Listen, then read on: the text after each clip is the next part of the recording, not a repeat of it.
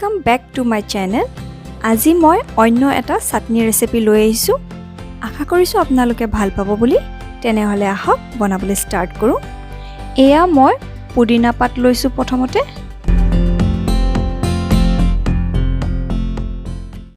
আৰু এয়া ধনিয়া।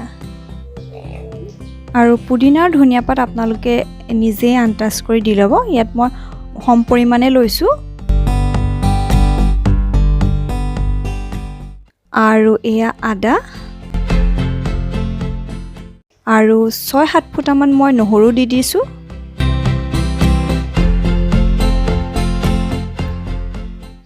আৰু কেঁচা জলকীয়াটো আপোনালোকে নিজৰ মতে দি ল'ব কিমান জ্বলা খাব বিচাৰিছে সেইমতে। আৰু এয়া হৈছে কেঁচা আম। আৰু এতিয়াতো আমৰ সিজন, গতিকে বজাৰতো কেঁচা আম ইজিলি পাই যাব আপোনালোকে। আৰু এয়া নিমখ সোৱাদ অনুসৰি দি ল'ব। আৰু অকণমান চেনি। আৰু যদি আপোনালোকৰ আমটো টেঙা নহয় তেনেহলে চেনি নিদিলেও হ'ব। মোৰ আমটো খুব টেঙা হয়, সেইকাৰণে মই অকণমান বেলেন্স হ'বলৈ কাৰণে চেনি দি দিছো। আৰু এয়া চব মিহিকৈ পিচি ল'লো। আৰু আমাৰ এই গৰমত খাবলৈ ভাল লগা এবিধ চাটনি ৰেডি, যোনটো ইয়াৰ মেইন ইনগ্ৰেডিয়েণ্ট হৈছে কেঁচা আম। চাটনিখন যদি ভাল পালে তেনেহলে প্লিজ এটা লাইক দি দিব।